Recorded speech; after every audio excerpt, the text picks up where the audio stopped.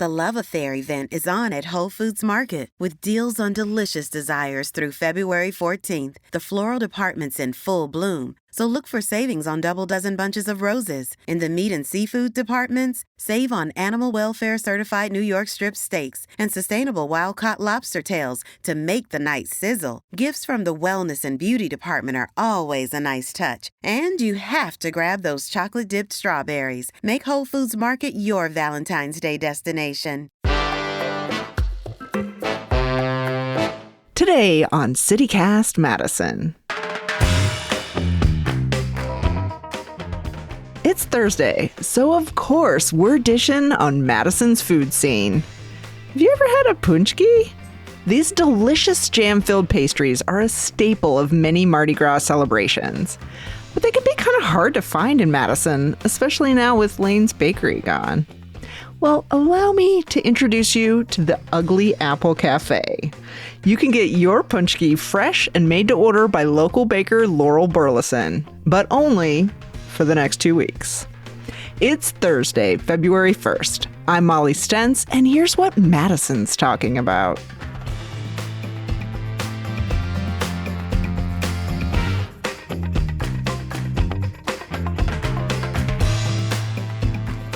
Laurel, hello. Hi, thank you so much for having me. Thanks for being here. So you're making Paczki for Mardi Gras this year, these delicious little pastries that kind of sort of resemble a jelly donut, but not really. Yeah. How do you describe them? If people are completely unfamiliar, I describe them as fancy Polish jelly donuts specifically for Mardi Gras. There's a little bit more to it than that. The slightly longer version is it's more like a brioche dough. It's like a super rich, there's butter and eggs and egg yolks and milk in the dough. So it makes them super rich and delicious. And then we give it like a 24-hour fermentation too. So it's just like a little bit more tangy than just a straight up quick jelly donut would be. And then deep fry them and then fill them with jam that I make or custard that I also make. Delicious. Delicious. And so why do you only make them for Mardi Gras this time of year? It's a special treat, right? Yeah, it is. So traditionally, and it dates back actually further than I thought, it's till like the Middle Ages, because Mardi Gras is the day before Lent starts traditionally.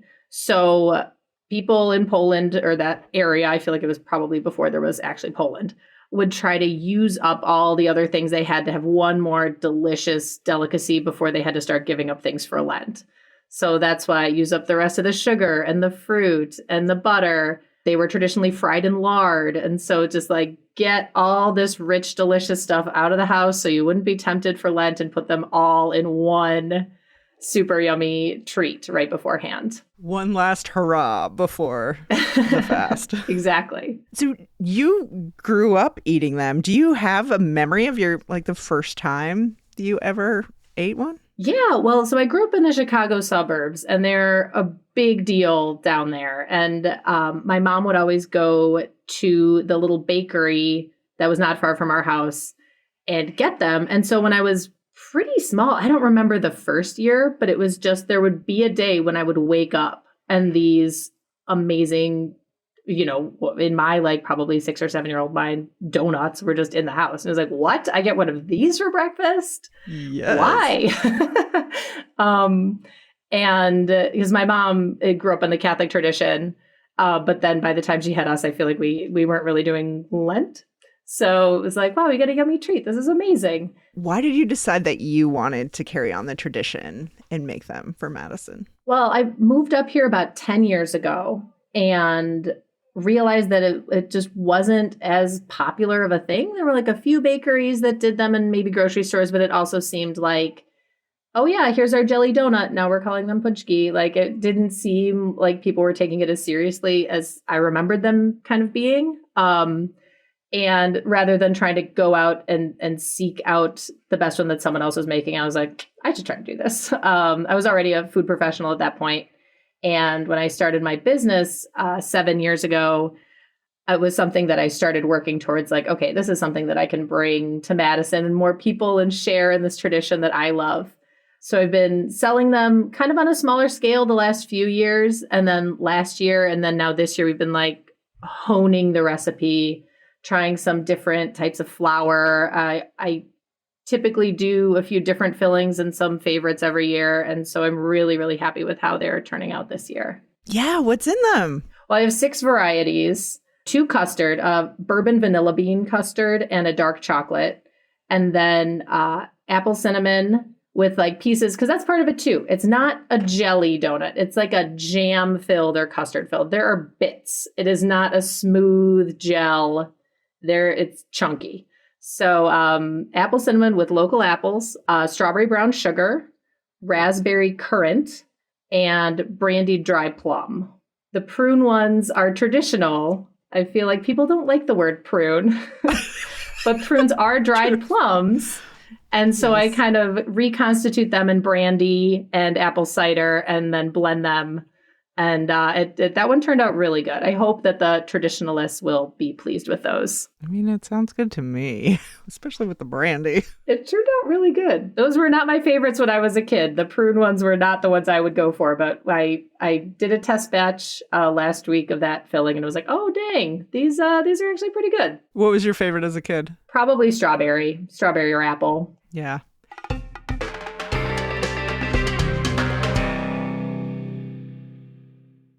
The Love Affair event is on at Whole Foods Market with deals on delicious desires through February 14th. The floral department's in full bloom, so look for savings on double dozen bunches of roses. In the meat and seafood departments, save on animal welfare certified New York strip steaks and sustainable wild-caught lobster tails to make the night sizzle. Gifts from the wellness and beauty department are always a nice touch. And you have to grab those chocolate-dipped strawberries. Make Whole Foods Market your Valentine's Day destination. There's a big difference between talking and reporting, especially right now with a fire hose worth of news coming your way. You know what helps? Having reporters in the field. I'm Brad Milkey from ABC News, and that's what we've got on ABC's daily podcast, Start Here. Every morning, Start Here takes you across the country and around the world for a quick, smart look at the stories that matter. It's fast, it's straightforward, and sometimes, gasp, news can even be fun. So let's meet up tomorrow morning. Listen to Start Here wherever you get your podcasts. So you buy a lot of your fruit and food locally. It's part of your whole business. You have the Ugly Apple Cafe. You had a food cart on the square. Yeah. And this is something that you're passionate about. How did that become your focus? Yeah, well, I wanted to be a chef and probably own my own restaurant since I was in junior high. And that, changed, of course, over the years, like exactly what it would look like. But then working in some more high-end restaurants and higher volume places, like I worked at a major convention hotel in Chicago and a country club. And just seeing some of the food waste really started bothering me and kind of got that idea just burrowed in my brain a little bit of like, how can we minimize food waste? And then moving to Madison again, like seeing the farmers markets and talking with some farmers and realizing how much of their seconds and overstock don't have a home necessarily. And just the idea of plenty at a farmer's market. If there's 3 bunches of kale left, they won't sell any kale. If there's 12 bunches of kale, they'll sell 6. And so it's like, okay, so you kind of have to have extra. And then what happens to that extra? And sometimes there's a spot for it and sometimes there's not. And, farmers want to show the absolute best thing they have, which I totally understand. And so they don't want to put out the scratch and dents or the seconds. So I was trying to specifically buy the ugly apples and the scratch and dent to provide a home and another revenue stream for farmers. They put so much effort and time and energy and all of it into their fruits and vegetables, and to have the uglies end up not being worth anything seems really sad too. Yeah, and the quality is still good, but what you're talking about is like the cosmetics. Like, so maybe there's like a little bruise on the apple, or the tomato has a little scratch on it or something. It's still fresh, it's still delicious, and you're processing it and baking and cooking with them. So you're not having them displayed on a gorgeous display for someone to look at. You're using them and eating them. Yeah, exactly. So, I make fruit leather also. And then we have the cafe here in the lower level of the Dane County Courthouse. And we do fresh soup and sandwiches and salads. And we are kind of in the process of opening a little cafe space in the city county building also right now. That's kind of our winter spring project. So with more, just more of the same. I had a license to do jam at my old facility. And then now that's a little bit of a licensing hoops we got to jump through to keep doing jam now. But that will hopefully come back to, just like you said, to use as much as possible. And these little cosmetic things are not a reason to throw away the apple. Like, just cut it out. The apple's great. Yeah. And so you're preserving these high quality local foods when they're at their peak and you're using them throughout the year. Why aren't more restaurants doing this? That's a great question. It's a lot of time to process and save, and you need the storage space. You need the hands to process it in that moment. The strawberries that are going to be in these paczki that I've been using, a farmer friend that I've worked with a lot called me during strawberry season. He's like, hey, we pre-picked hundreds of pounds of strawberries that are not going to sell. And he had the foresight. Fortunately, he works with a couple other people to buy his seconds. It's Carindale Farm. He does You Pick Days, and he works with the Great Dane. And so he tries to get all of his strawberries to a good home. And he knew he had some that weren't going to make it. And so he called me. He's like, if you can pick them up tomorrow and get you a good deal on them. And I was like, oh, okay. So, picked him up.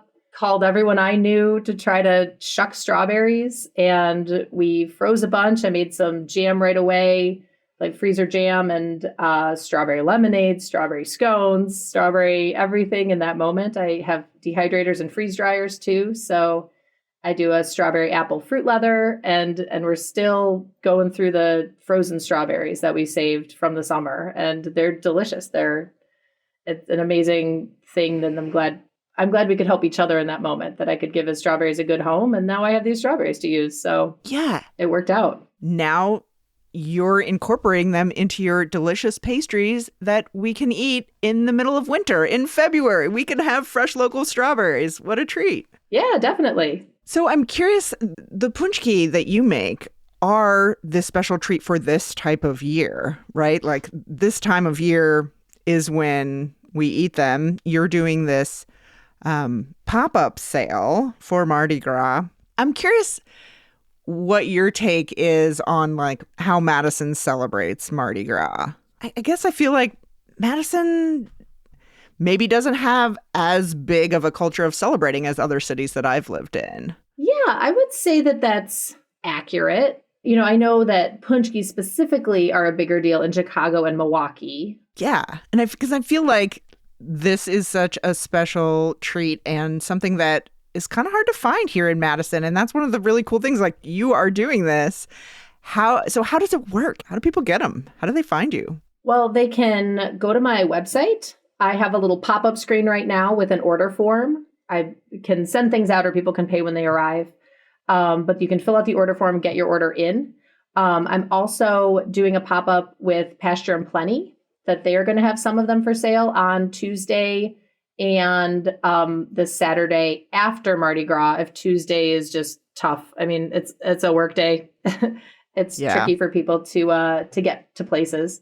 And then the day after that, on Sunday, I will have some at the Femstival, which is at Garver Feed Mill. We'll throw links in the episode for people to find. But yeah, you can either go to the website, or I have a link on my Instagram and Facebook page. And if those fail you, you can always just email me at uglyapplecafe@gmail.com. And you can pre-order these delicious treats and then pick them up either at your cafe or at Pasture and Plenty or at the Garver Feed Mill during Femstival. Yes. Your cafe's in the courthouse. So you got to go through the metal detectors. Yes. But then they'll find you. Yeah, so it's worth it. I feel like we're like a kind of a hidden gem in the Dane County Courthouse. So it's 215 South Hamilton Street. Sometimes people confuse it with the City Hall building too. It's as you have to go a little bit further down the block. And then the weapon screeners at the metal detectors are some of our best customers. They're great. And then you come down the stairs and then we're right there. You can't miss us. I feel like there's like a joke in there somewhere, like if you were to set up in the city building next to the police department or something. So as a food person, it's like anytime there's anything you need, someone does you a little favor, or you have a question for someone, you want to like give something. And I make donuts otherwise, like cake donuts. And so there were a few times where like a law enforcement or weapons screener or someone would like do something for me, and I would like want to offer them a donut, but then I didn't want them to think that I was like making a comment on like cops and donuts, because I wasn't. I just wanted to give them something nice. And so it was like I had to kind of figure out how to navigate. But yeah, the people who work in this building are the nicest people ever. It's been great. We've been here a little over a year now. Excellent. I wanted to ask you, because I saw in Chicago, there are some places that offer savory flavors of Paczki. And I wondered what your take is on those. We did a savory one last year, and it did pretty well. It was like kind of a traditional Polish, like bacon, cabbage, onion sort of mixture. And it was good. We sold some of them. We didn't sell too many. But then, you know, also last year was maybe slightly smaller scale than this year. But it's something that we might do just in-house as like a special additional kind of people who want to brave it and come down here. But we just decided to stick with the sweet this year and go from there. And classic fruit flavors. Yeah. How many do you think you'll make this year? Oh gosh, I don't know. I feel like last year I made 500 or 600, and I was hoping to beat that. So we have kind of the systems laid out again with like the kind of letting them ferment overnight, that we can hopefully expand our capacity with my one little donut fryer. She does pretty well. She works hard, that little donut fryer, but, you know, not a huge operation. So yeah, maybe, I mean, to set a goal, maybe 1,000. Nice. Well, anything else that you think people should know? That's a good question.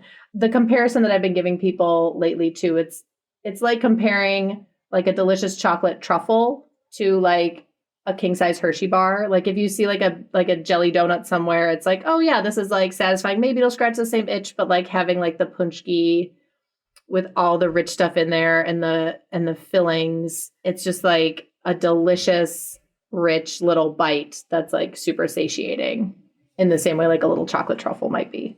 Yes. And you know, it's February. We deserve it. We do. You can go trudge out through the snow, you know, work it off afterward. Yeah. Thank you so much for sharing with us today about your delicious treats. Yeah, and thank you so much for having me. I'm a fan of CityCast. I think it's great. So this has been a lot of fun. Thank you. Laurel Burleson is the owner of the Ugly Apple Cafe in Madison. The cafe's inside the Dane County Courthouse, and so that's where you go to pick up the Paczki. You have to order them before February 13th. We'll throw a link to her site and order form on our show note if you want to check them out.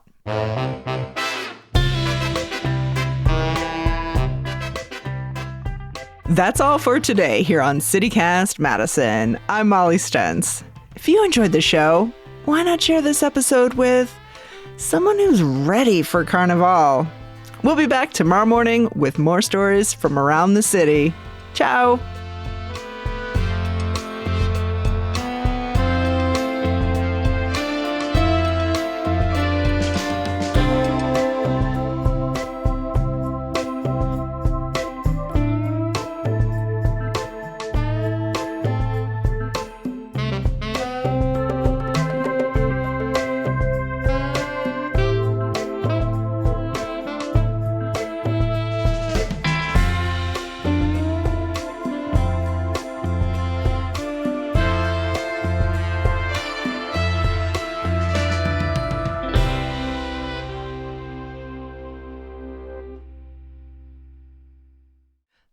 Lazare bon temps brûlé.